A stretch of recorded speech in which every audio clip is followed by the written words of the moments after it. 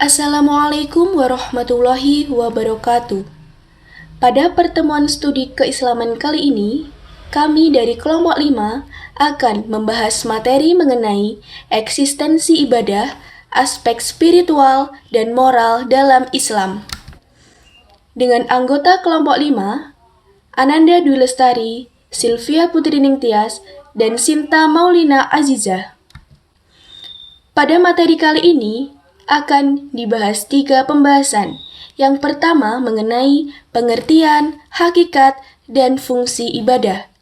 Kedua, pengertian, aspek, dan faktor yang berhubungan dengan spiritual. Dan yang ketiga, pengertian, faktor, dan contoh moral. Materi yang pertama, pengertian, hakikat, dan fungsi ibadah. Pengertian ibadah. Ibadah secara etimologi berasal dari kata bahasa Arab yaitu abida ya'budu abdan ibadatan yang berarti taat, tunduk, patuh, dan merendahkan diri. Ibadah secara terminologi atau secara istilah adalah sebagai berikut. 1. Menurut ulama tauhid dan hadis, ibadah yaitu mengesahkan dan mengagungkan Allah sepenuhnya, serta menghinakan diri dan menundukkan jiwa kepadanya. Selanjutnya, mereka mengatakan bahwa ibadah itu sama dengan tauhid. Ikrimah, salah seorang ahli hadis, mengatakan bahwa segala lafaz ibadah dalam Al-Quran diartikan dengan tauhid. 2. Para ahli di bidang akhlak mendefinisikan ibadah sebagai berikut. Mengerjakan segala bentuk ketaatan badaniyah dan melaksanakan segala bentuk syariat atau hukum. Akhlak dan segala tugas hidup atau kewajiban-kewajiban yang diwajibkan atas pribadi, baik yang berhubungan dengan diri sendiri, keluarga maupun masyarakat, termasuk ke dalam pengertian ibadah. 3. Menurut ahli fikih, ibadah adalah segala bentuk ketaatan yang dikerjakan untuk mencapai keridhaan Allah Subhanahu wa Ta'ala dan mengharapkan pahalanya di akhirat. Dari semua pengertian yang dikemukakan oleh para ahli di atas, dapat ditarik pengertian umum dari ibadah itu sebagaimana rumusan berikut. Ibadah adalah semua yang mencakup segala perbuatan yang disukai dan diridhoi oleh Allah Subhanahu wa Ta'ala, baik berupa perkataan maupun perbuatan, baik terang-terangan maupun tersembunyi, dalam rangka mengagungkan Allah Subhanahu wa Ta'ala dan mengharapkan pahalanya. Hakikat ibadah. Adapun hakikat ibadah yaitu 1. Ibadah adalah tujuan hidup kita. Seperti yang terdapat dalam surat Az-Zariyat ayat 56 yang menunjukkan tugas kita sebagai manusia adalah untuk beribadah kepada Allah. 2. Hakikat ibadah itu adalah melaksanakan apa yang Allah cintai dan ridhoi dengan penuh ketundukan dan perendahan diri kepada Allah. 3. Ibadah akan terwujud dengan cara melaksanakan perintah Allah dan meninggalkan larangannya. 4. Hakikat ibadah sebagai cinta. 5. Jihad di jalan Allah atau berusaha sekuat tenaga untuk meraih segala sesuatu yang dicintai Allah. 6. Takut. Maksudnya, tidak merasakan sedikitpun ketakutan kepada segala bentuk dan jenis makhluk melebihi ketakutannya kepada Allah. Fungsi ibadah. Ada 3 aspek fungsi ibadah dalam Islam, yaitu 1. Mewujudkan hubungan antara hamba dan Tuhannya. 2. Mendidik mental dan menjadikan manusia ingat akan kewajibannya. 3. Melatih diri untuk disiplin. Dan pada subbab yang kedua kita akan membahas tentang aspek spiritual, di mana kita akan membahas beberapa subbab. Yang pertama yakni pengertian spiritual, dan yang kedua adalah aspek spiritual, dan yang ketiga adalah faktor yang berhubungan dengan spiritual. Pembahasan yang pertama tentang pengertian spiritual. Secara etimologi, spiritualitas berasal dari kata spirit. Dalam literatur agama dan spiritualitas, istilah spirit memiliki 2 makna substansial, yaitu yang pertama, karakter dan inti dari jiwa-jiwa manusia yang masing-masing saling berkaitan, serta pengalaman dari keterkaitan jiwa-jiwa tersebut yang merupakan dasar utama dari keyakinan spiritual. Yang kedua adalah spirit mengacu pada konsep bahwa semua spirit yang saling berkaitan merupakan bagian dari sebuah kesatuan, consciousness, dan intellect yang lebih besar.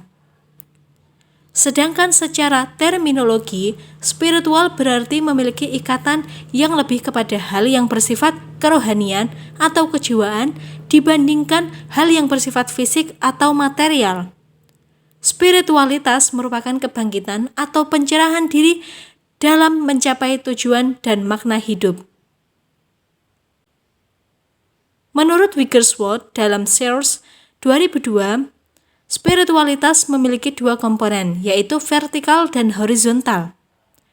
Komponen vertikal yaitu sesuatu yang suci, tidak berbatas tempat dan waktu, serta memiliki sebuah kekuatan yang tinggi, sumber kesadaran yang luar biasa. Selain itu, komponen vertikal ini mendorong keinginan jiwa untuk berhubungan dan mengharap diberi petunjuk atau hidayah dari Yang Maha Kuasa. Dan yang kedua adalah komponen horizontal, yaitu melayani teman-teman manusia dan planet secara keseluruhan. Dalam terminologi Islam, konsep spiritualitas berhubungan langsung dengan Al-Quran dan Sunnah Nabi. Nasr 1994 menyatakan bahwa ayat-ayat Al-Quran dan perilaku Nabi Muhammad SAW mengandung praktik-praktik serta makna-makna spiritual. Al-Quran maupun Sunnah Nabi mengajarkan beragam cara untuk meraih kehidupan spiritual yang tertinggi. Menurut Baharuddin, dalam konsep psikologi Islam, ada istilah ar-ruh. Konsep ini berperan sebagai dimensi spiritual psikis manusia. Dimensi yang dimaksudkan adalah sisi psikis yang memiliki kadar dan nilai tertentu dalam sistem organisasi jiwa manusia.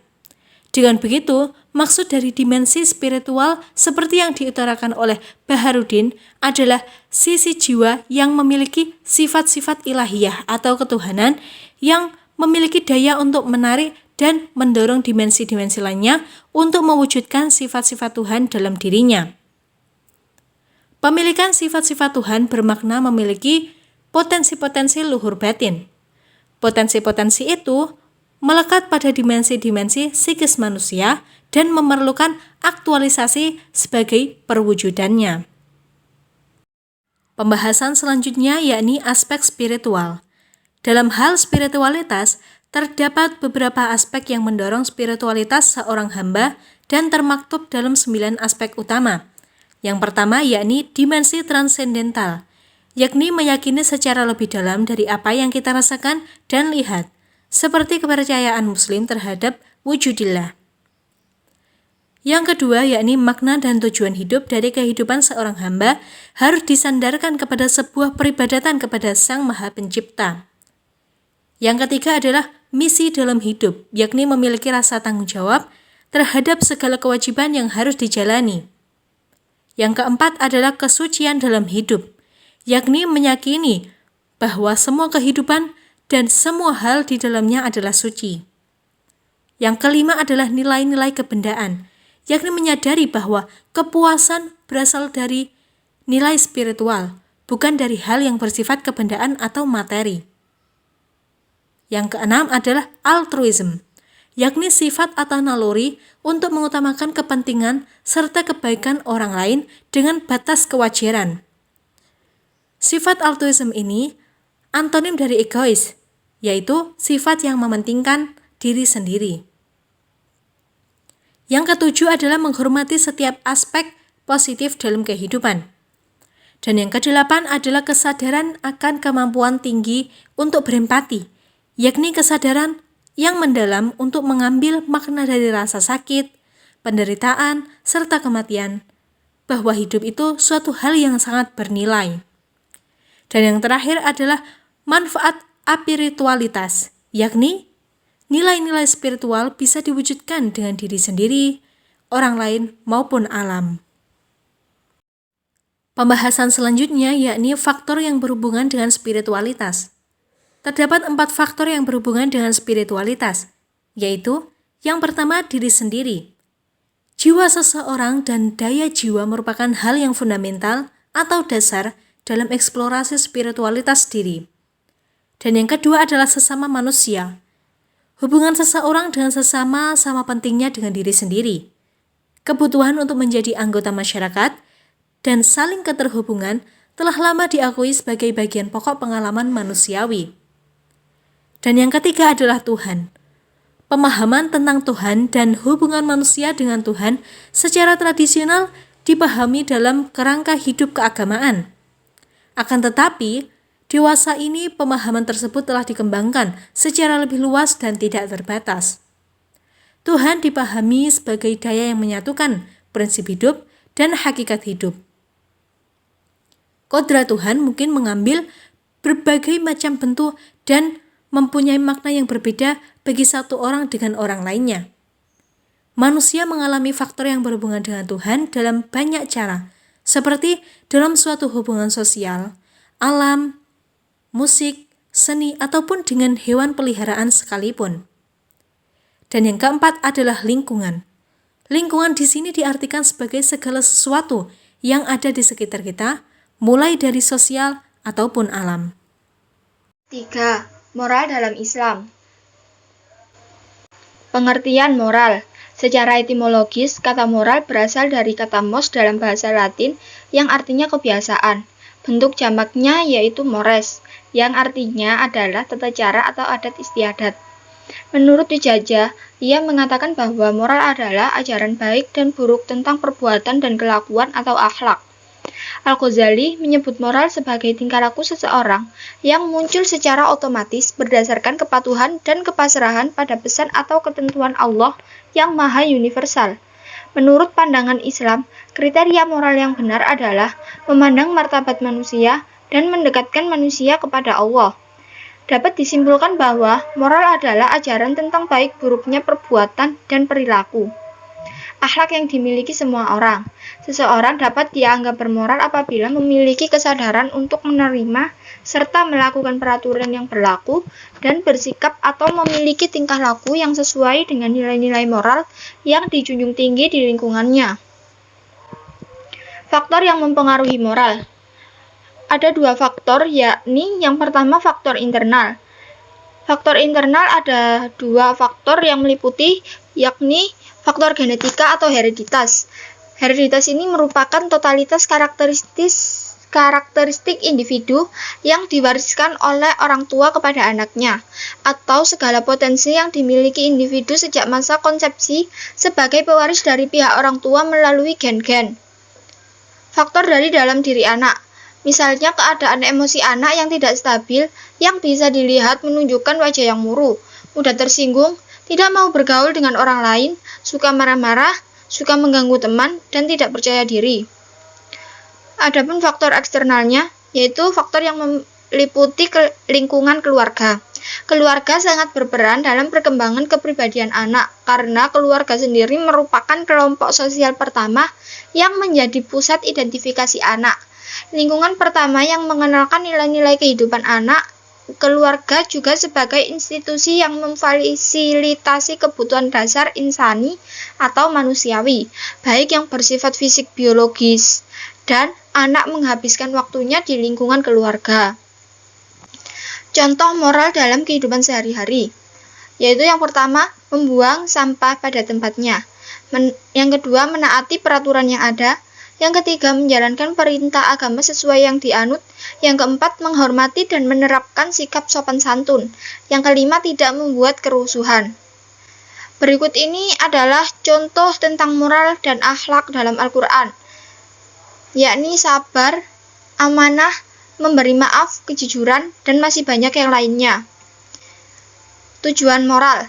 Adapun tujuan moral yaitu tindakan yang diarahkan kepada target tertentu, misalnya bertujuan untuk ketertiban sosial, keamanan dan kedamaian, kesejahteraan, dan sebagainya. Dalam moralitas Islam, tujuan moral adalah mencapai kemaslahatan duniawi dan ukhrawi. Demikianlah materi yang dapat kami sampaikan. Atas kurang lebihnya, mohon maaf. Sekian dan terima kasih. Wassalamualaikum warahmatullahi wabarakatuh.